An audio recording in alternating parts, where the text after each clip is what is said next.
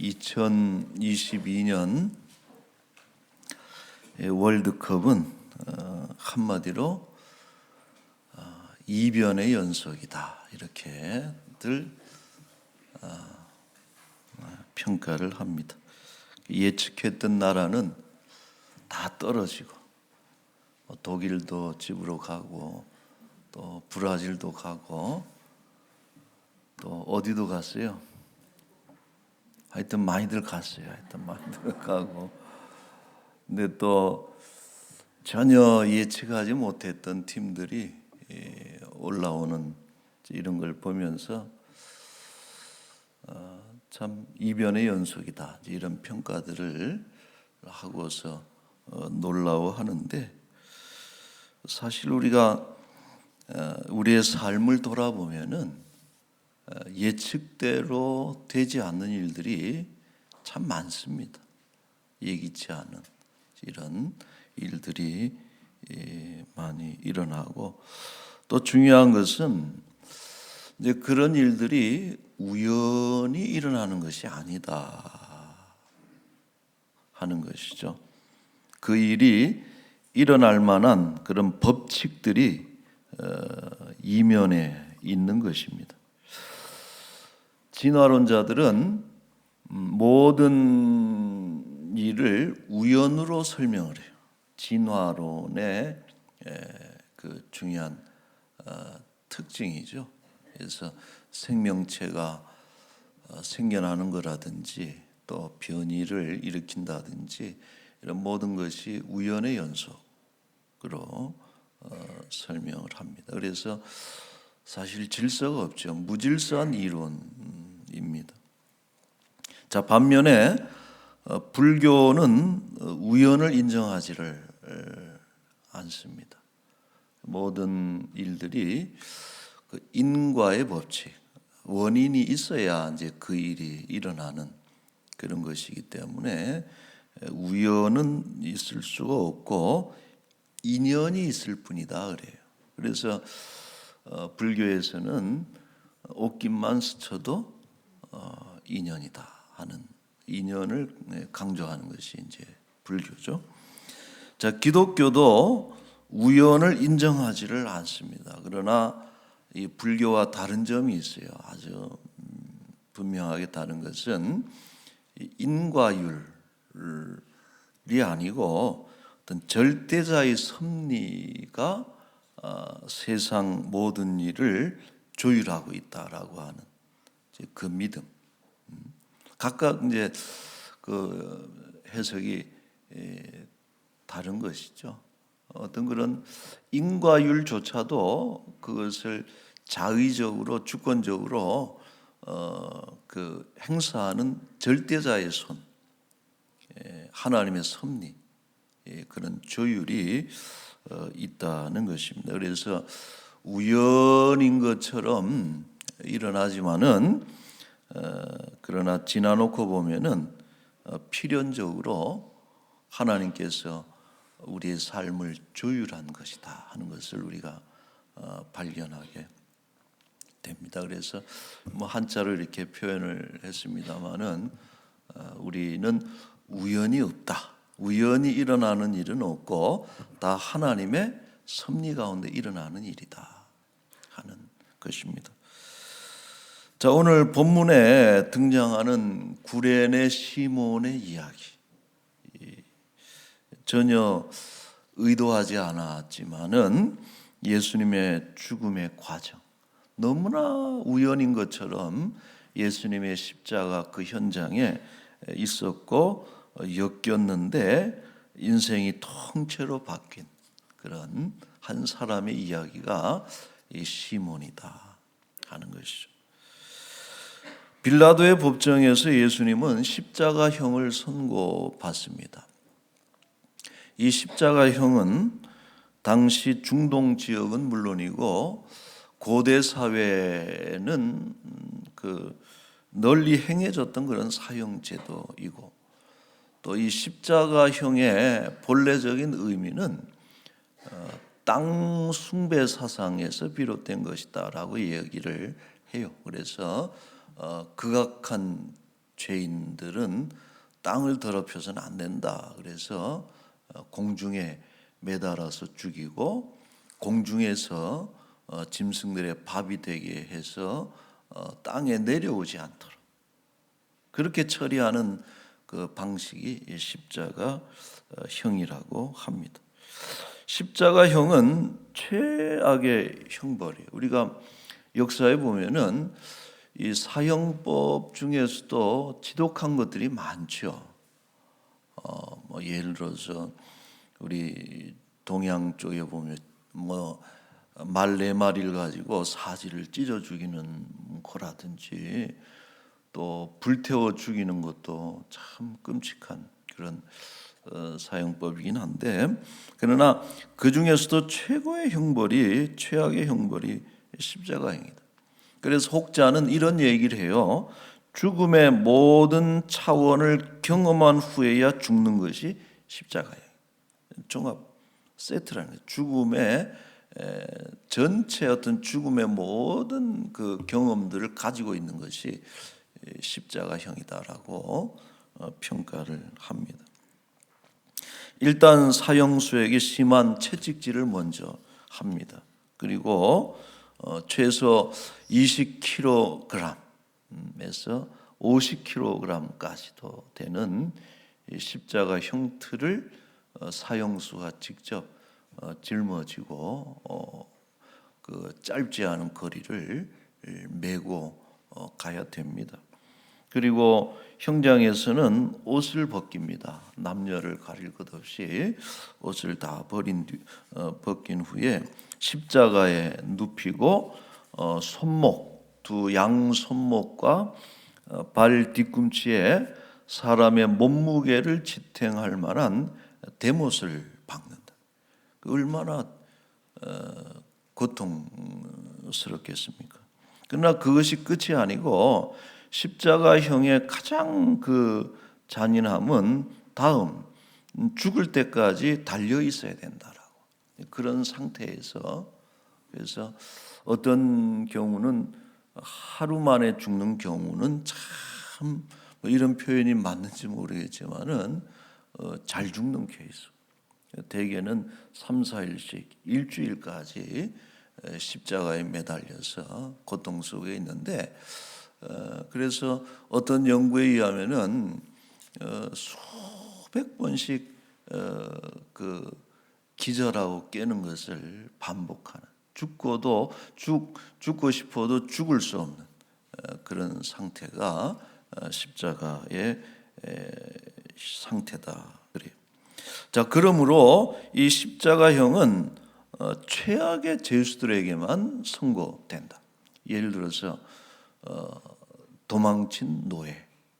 당시 로마뿐만 아니고 어느 사회든 노예 제도가 사회 근간이잖아요. 이것을 허물면은 위험한 것인데 노예가 도망가면은 그렇게 십자가형을 선고하고 또 국가 반역죄의 죄수에게 이 십자가형을 선고했습니다.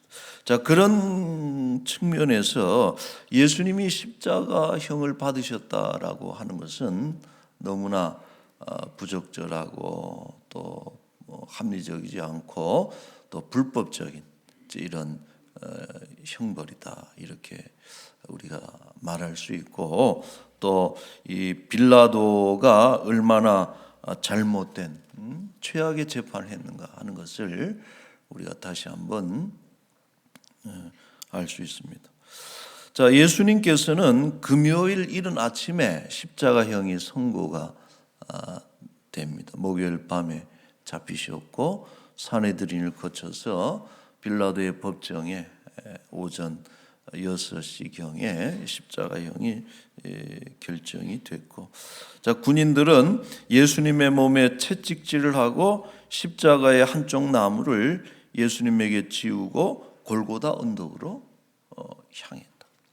이 골고다 언덕의 정확한 위치를 지금도 우리는 추측할 뿐이지만은 예루살렘 성 외곽 지역인데 자그마한 언덕이다. 그래서 외곽이지만은 그러나 사람들이 이렇게 많이 드나드는 이런 곳이 골고다 언덕인데, 그래서 그 십자가 형틀을 쥐고 짧지 않은 거리, 더욱이나 오르막길이기 때문에 그것을 올라가는 것이 너무나 쉽지 않고, 예수님은 사실 그 전날부터 밤새 시달리셨기 때문에 이것을 지고 갈 만한 그 힘이 없으셨습니다. 그래서 중간에 쓰러지고 마시죠. 자, 쓰러지셨습니다. 집행자들은 시간을 지키기 위해서, 사형 시간을 지키기 위해서 예수님의 십자가를 다른 사람에게 강제로 지게 합니다. 21절에 보면은 마침 알렉산더와 루포의 아버지인 구레네 사람 시몬이 시골로부터 와서 지나가는데, 그들이 그를 억지로 잡아서 십자가를 지게 했다 하는, 마침, 이런 표현이 참 눈에 들어오죠. 예수님이 어쩌다가 예수님 넘어지신 곳 주변에 시몬이 있었고, 그가 그나마 건강해 보여서 선정이 된 것입니다. 자, 이것은 놀랄 만한 그런 우연과도 같은 일입니다. 당시 예루살렘에는 기록에 의할 것 같으면은 200만 명 이상, 이스라엘의 최대 명절인 유월절을 지키기 위해서 국내외 유대인들이 다 몰려들어서 200만 명 이상의 인파들이 예루살렘에 운집해 있었고, 더욱이나 우리 예수님은 화제의 인물이거든요. 그 당시 이스라엘 유대 사회에 있어서 가장 핫한 이슈를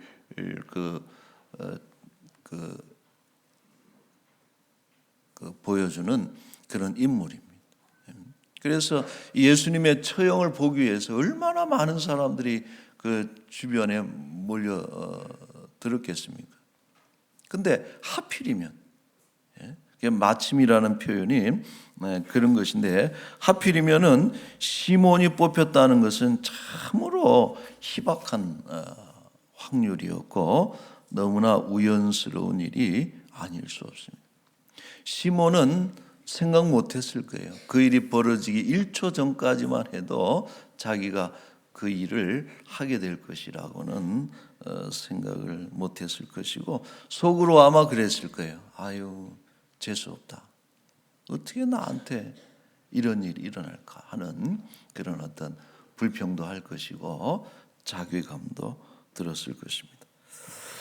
자, 그러나 놀라운 사실은 뭐예요? 우연인 듯 시몬에게 닥친 그 일이 단지 재수 없는 일이 아니고 시몬에게는 참으로 복된 사건이 되었다라고 하는 것이죠. 무엇보다도 온 인류를 구원하는 예수님의 사역에 쓰임 받았다는 것. 그때는 몰랐겠죠. 그냥 어떤 죄수의 처형으로 이렇게 알았겠지만은, 그러나 실은 하나님의 아들이시고, 우리가 그분인 줄 알았더라면, 혹은 그런 일인 줄 알았더라면 오히려 자원할 사람들이 많지 않겠어요? 그러나 알지 못하고 그 일에 참여했지만은 인류의 구원의 역사를 이루어 가신 이 예수님의 그 사역에 쓰임 받았다라고 하는 것은 참 영예로운 일이 아닐 수 없다. 재수란 표현을 우리는 안 쓰지만은 서로 써도 재수가 없어도 이런 거는 괜찮다. 참 영예스러운 일이고, 아마 시몬은 자신의 이름과 자신의 일이 이렇게 아름답게 성경에 기록되고 오랜 세월 사람들에게 기억될 줄은 꿈에도 몰랐을 것입니다. 예수님의 죽음과 관련해서 악명을 얻은 이들이 있죠. 우리가 지금껏 살펴봤어요. 누굽니까? 대표적으로 가룟 유다가 있어요. 또 베드로가 있어요. 지난주에 왔던 빌라도 아주 나쁜 짓 한 사람들이죠. 악명으로 기록이 남았습니다. 그러나 우리가 성경을 보면은 예수님의 죽음과 관련해서 선한 평가를 얻는 이름들도 있습니다. 그 중에 하나가 예를 들자면은 예수님 머리에 향유를 부었던 마리아가 그렇다. 14장 8절에 보시면은 그는 힘을 다하여 내 몸에 향유를 부어 내 장례를 미리 준비하였느니라. 마리아가 예수님의 죽음을 준비한 것이 아닙니다. 그죠?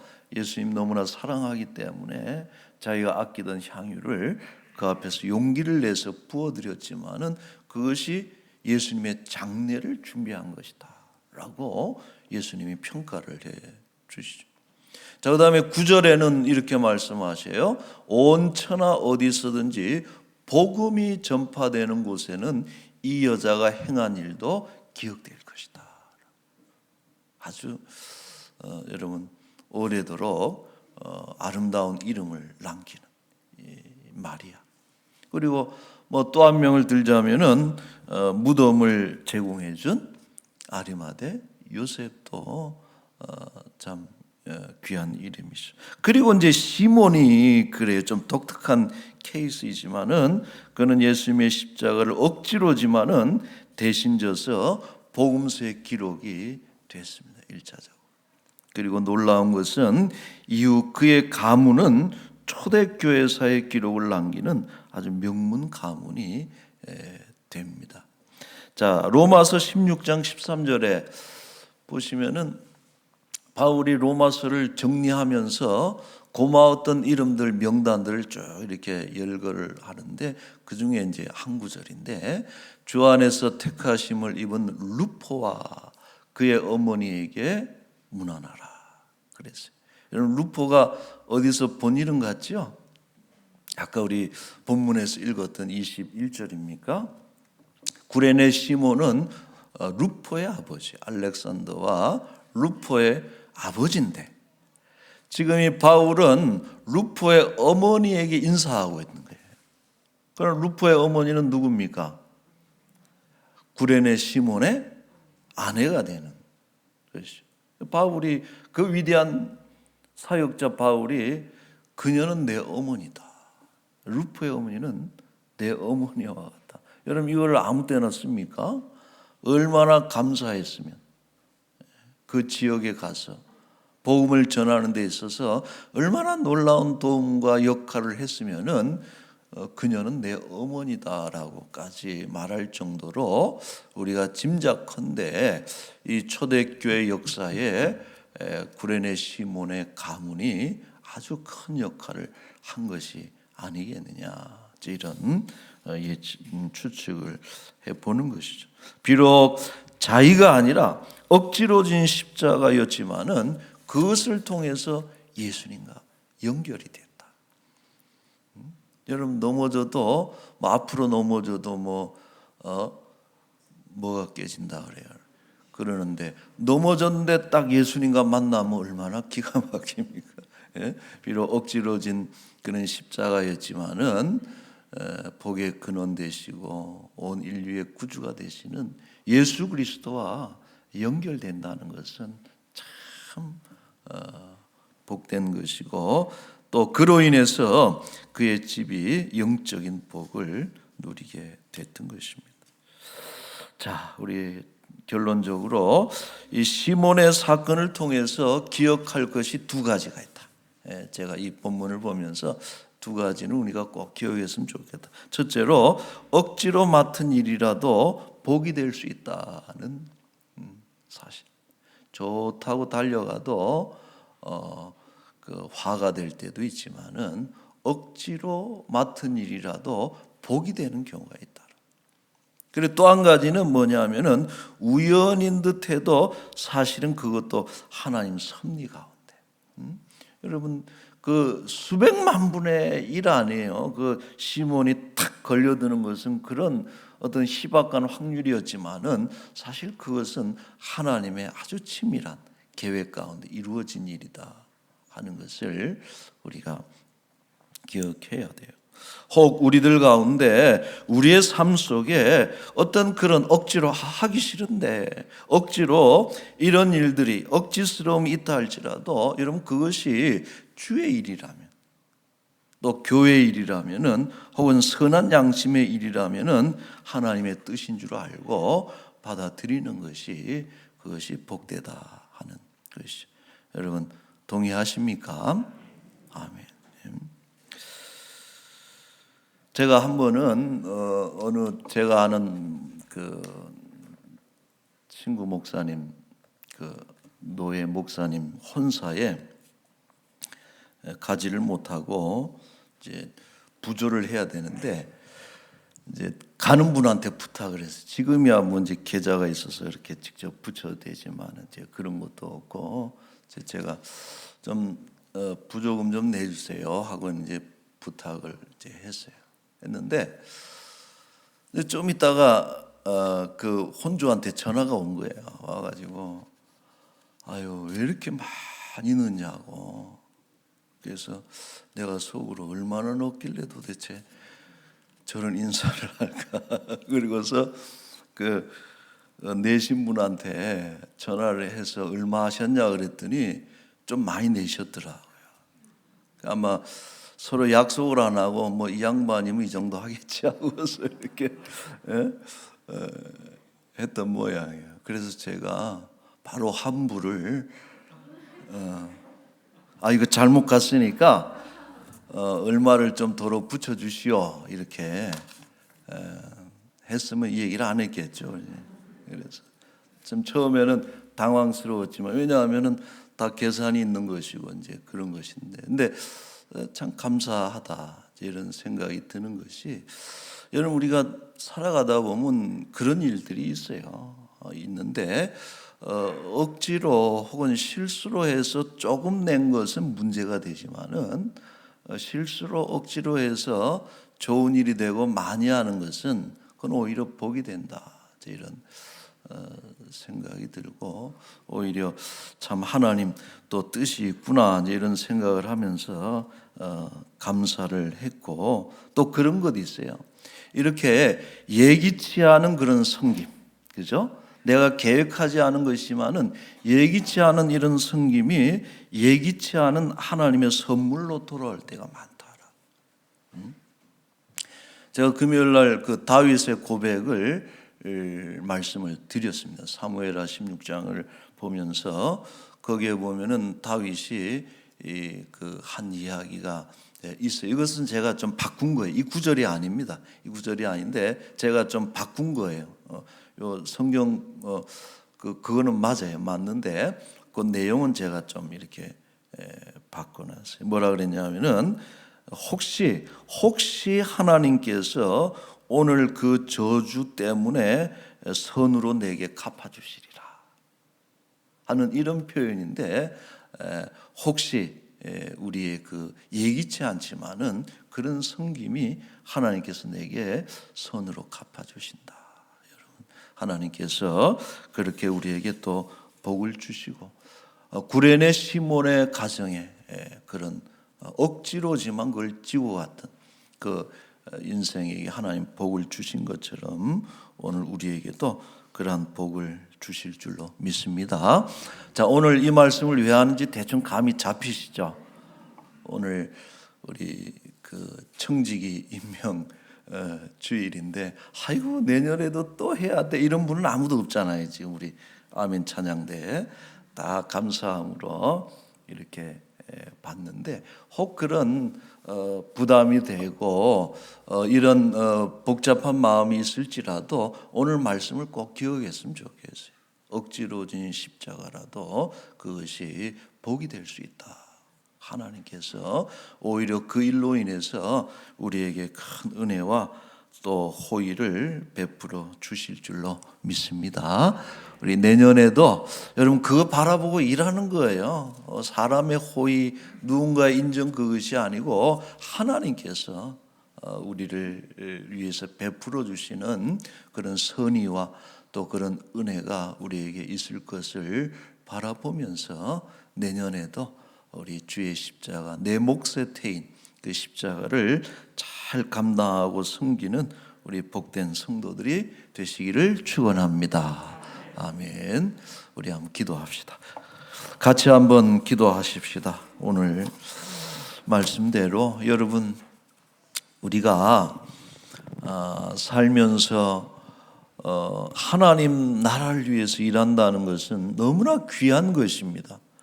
교회가 해가 지나가면서 또 세월이 흘러가면서 점점 일꾼이 없어지고 또 일하는 일꾼들이 포기해서 밖으로 나가.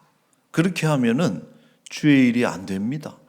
하나님 스스로, 하나님께서 혼자 다 하실 수 있는 일이지만은 우리들에게 귀한 직분을 주셔서 그 일을 감당케 하셨고 또 그 일을 감당하는 것이 가장 보람이 있고 하나님께서 복을 주실 수 있는 통로가 될 수 있는 것입니다. 그래서 하나님, 내년에도 감사하는 마음으로 주의 일을 행하기를 원합니다. 기도하는 그런 시간이 됐으면 좋겠고요.